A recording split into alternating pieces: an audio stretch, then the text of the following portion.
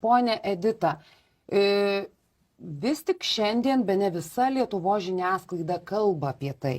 Tikėtina, jūsų niekas dar nekalbino, bet visi kalba ir komentavo ir vaiko teisės, ir jie komentuoja, kad vis tik tame vaizdo įraše, kur paimamas vaikas iš jūsų, tai yra teismo sprendimas ir kuriuo siekta vaiką perkelti į saugią aplinką. Aš čia cituoju tiesiog komentarą.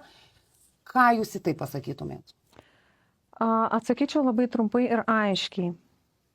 Vaiko teisų institucija tai yra ta institucija, kuri formuoja teisėjo nuomonę, kuri teikia dokumentus į teismą. Teisėja priima sprendimus atsižvelgdama į vaiko teisų nutarimus ar pasiūlymus. Šiuo atveju aš nepavadinčiau, kad mano aplinka buvo kažkokia nesaugi aplinka. Aš tikrai tam nepritariu. Aš tikrai nepritariu tokiam savo sūnaus atėmimui. Ir tuos sprendimus dar kartą patvirtinu, formuoja teisėjas vaiko teisų specialistai, kurie turėtų atstovauti vaiko gerovę. Na ir tas vaizdo įrašas matosi, kad iš šiltųjų metų laikų darytas, tai vis tik kokiomis aplinkybėmis, kiek galite, atskleiskite vis tik, kodėl tas vaikas iš jūsų buvo paimamas?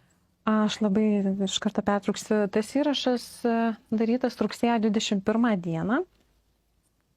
Nebuvo jau toks šiltasis metų periodas. Vaikas iš manęs buvo atimtas.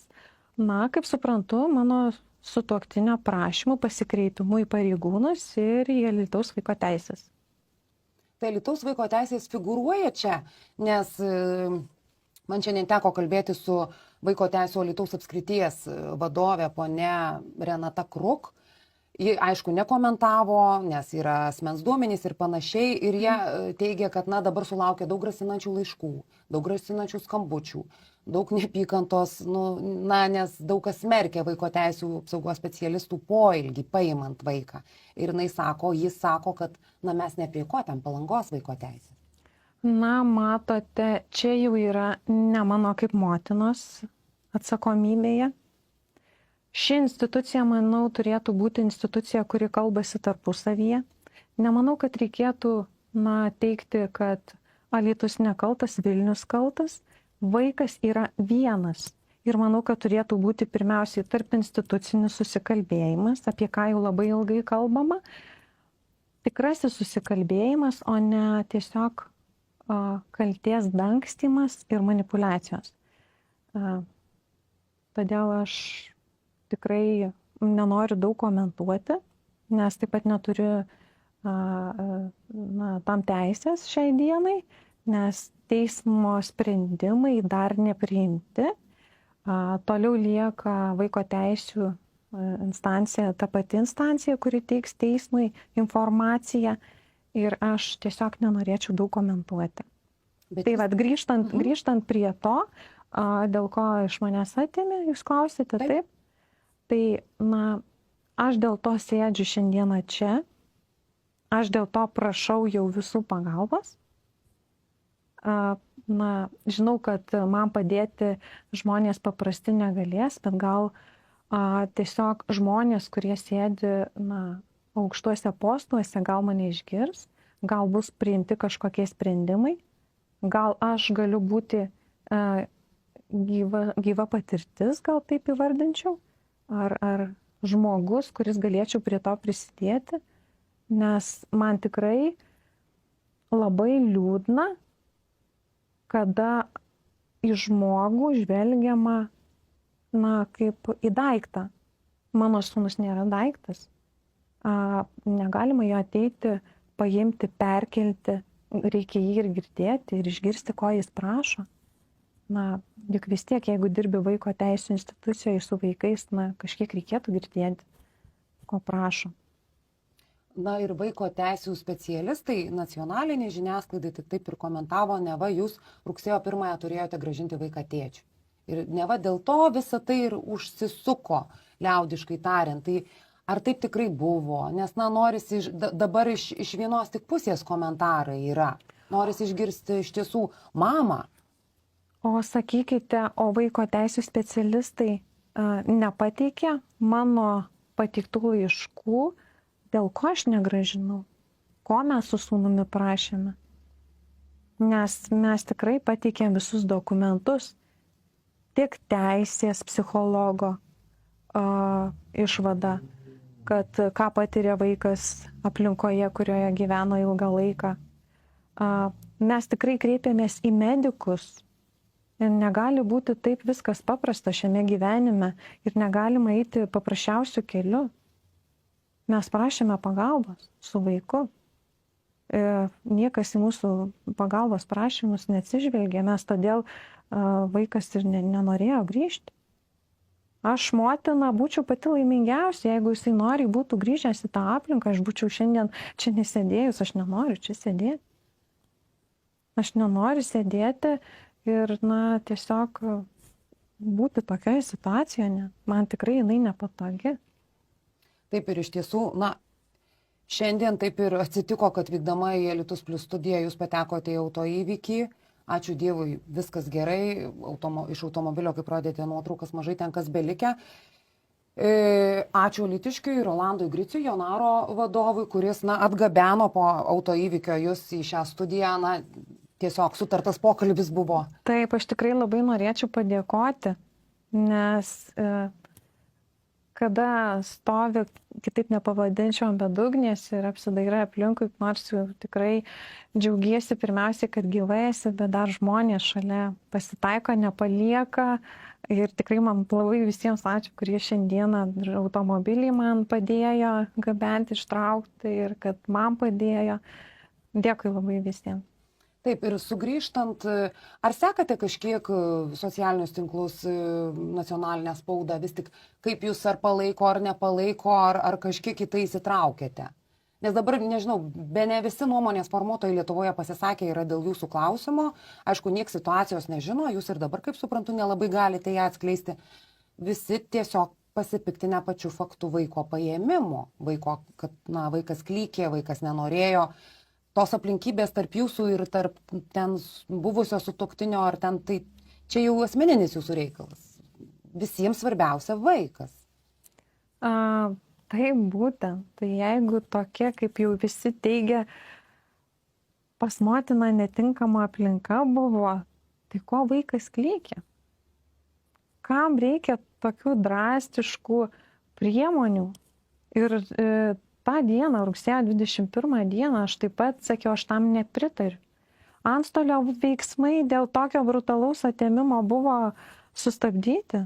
Pats vaiko tėvas buvo pasikreipęs į antstolį. Antstolis sustabdęs buvo. Teisėja leido pačiams vaiko teisėms spręsti ir parodyti, kokie jų darbų metodai. Jiems tikrai nereikėjo to daryti. Jiems reikėjo išgirsti vaiką ar motiną. Tiesiog. Jūs socialinėme tinkle pareiškite, kad bandysite kovoti su sistema, kad, tarsi būtumėte tas, kaip jūs ir minėjot, tas asmo, nuo kurio prasidėtų toks truputėlį empatiškesnis, galbūt humaniškesnis vaiko teisių tam tikruose dalykuose veiksmai. Tikite tuo, kad nuo jūsų prasidės kažkas truputėlį humaniškesnio? Aš esu tik mama ir pirmiausiai, kaip minėjau jau, mano vaikas yra visas gyvenimas, aš myliu savo sūnų, mano tikslas tikrai nėra, čia sutapimai rinkiminė kažkokia programa ar kažkas, aš tiesiog išgyvenau, ką išgyvenau ir nenorėčiau net daugiau komentuoti tokių dalykų, nes teisybė, teisingumas. Gal kaip 10 metų pradirbusi katalikiškoj gimnazijoje motina ir kuri dirbau su vaikais, pasakyčiau labai trumpai, kad kas Dievui, tą atiduokim Dievui, kas Ciesoriaus, atiduokim Ciesoriui. O vaikai yra baltas popieriaus lapas, į kurį surašykime pačius gražiausius dalykus, kad paskui netektų paauglystėje kovoti, tik su pasiekmėmis. Mano sūnų šis atėmimas tikrai sužalojo ir nemanau, jeigu kiekvienas būtumėm žmoniškesnis, kad reikėtų daug valstybės resursų, tarkim, vėliau prevencinėms priemonėms, kad nereikėtų kalbėti garsiai apie kuprinių tikrinimą, galbūt, ką mes jose rasime. Nes žaloti vaikai tikrai būna linkę ir vėliau ir į alkoholizmą, ir vis tiek vėliau atsako už tai tėvai.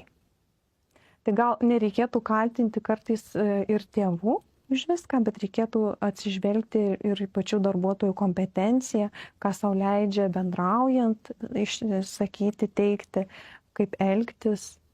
Aš tikrai esu priešiškai nusiteikus prieš tokį poelgį, kai buvo pasielgta su mano sūnumi, bet aš tikrai žinau, kad aš esu ne viena.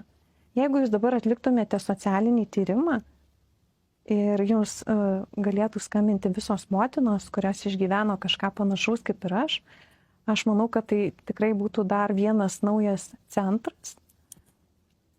Bet nežinau, ar tai atneštų naudos.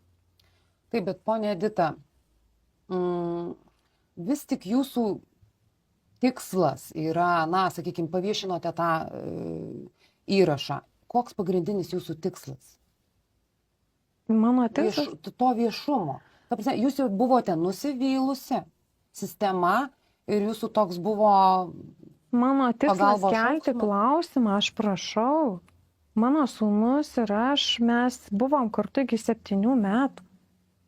Pagal pačius vaiko teisų darbuotojus, aš iki 21 metų aš neturėjau jokių problemų, iki kol aš nesusidūriau, aš net neturėjau kelių eismo taisyklių pažeidimo, net baudos už greičio viršijimą.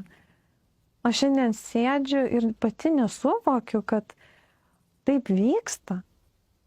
Aš neturiu net jokio tikslo, mano tikslas tikrai nebuvo kažkoks iš anksto organizuotas, planuotas. Ne, aš tiesiog nenoriu čia sėdėti. Aš sakau, prašau pagalbos, darykim kažką. Tiesiog dėl tų pokyčių. Aš viena tikrai žinau, kad aš niekas. Aš prašiau pagalbos tikrai pas aukšto rango žmonės ir jie sako, kad, taip, visi žinom, bet gal vienykimės ir vieną kartą kažką darykim. Aš nežinau, ką pasakyti šiuo klausimu. O kur dabar yra jūsų vaikas, ar jis yra saugus, ar jums dėl jo neramu?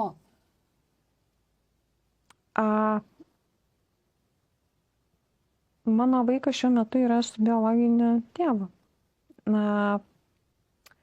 Informacija apie sūnų man yra teikiama, bet jinai būna pagražinta. Kokia realybė, turėtų atskleisti kvalifikuoti medikai. Bet pas tuos medikus, kaip ir buvo suplanuota į Santaros klinikas stacionariam vaiko tyrimui, vaikas iki šiol nepristatytas. Todėl aš tikrai negaliu sėdėti rami. Aš negaliu sėdėti rami. Šeštadienio vakarą aš tikrai negalėjau sėdėti rami.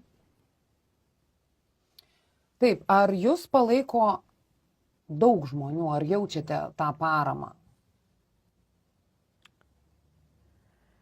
Aš esu tikrai nustebus, kad jau praėjo kiek laiko ir iš buvusios darbovietės, kuomet išvykau, kad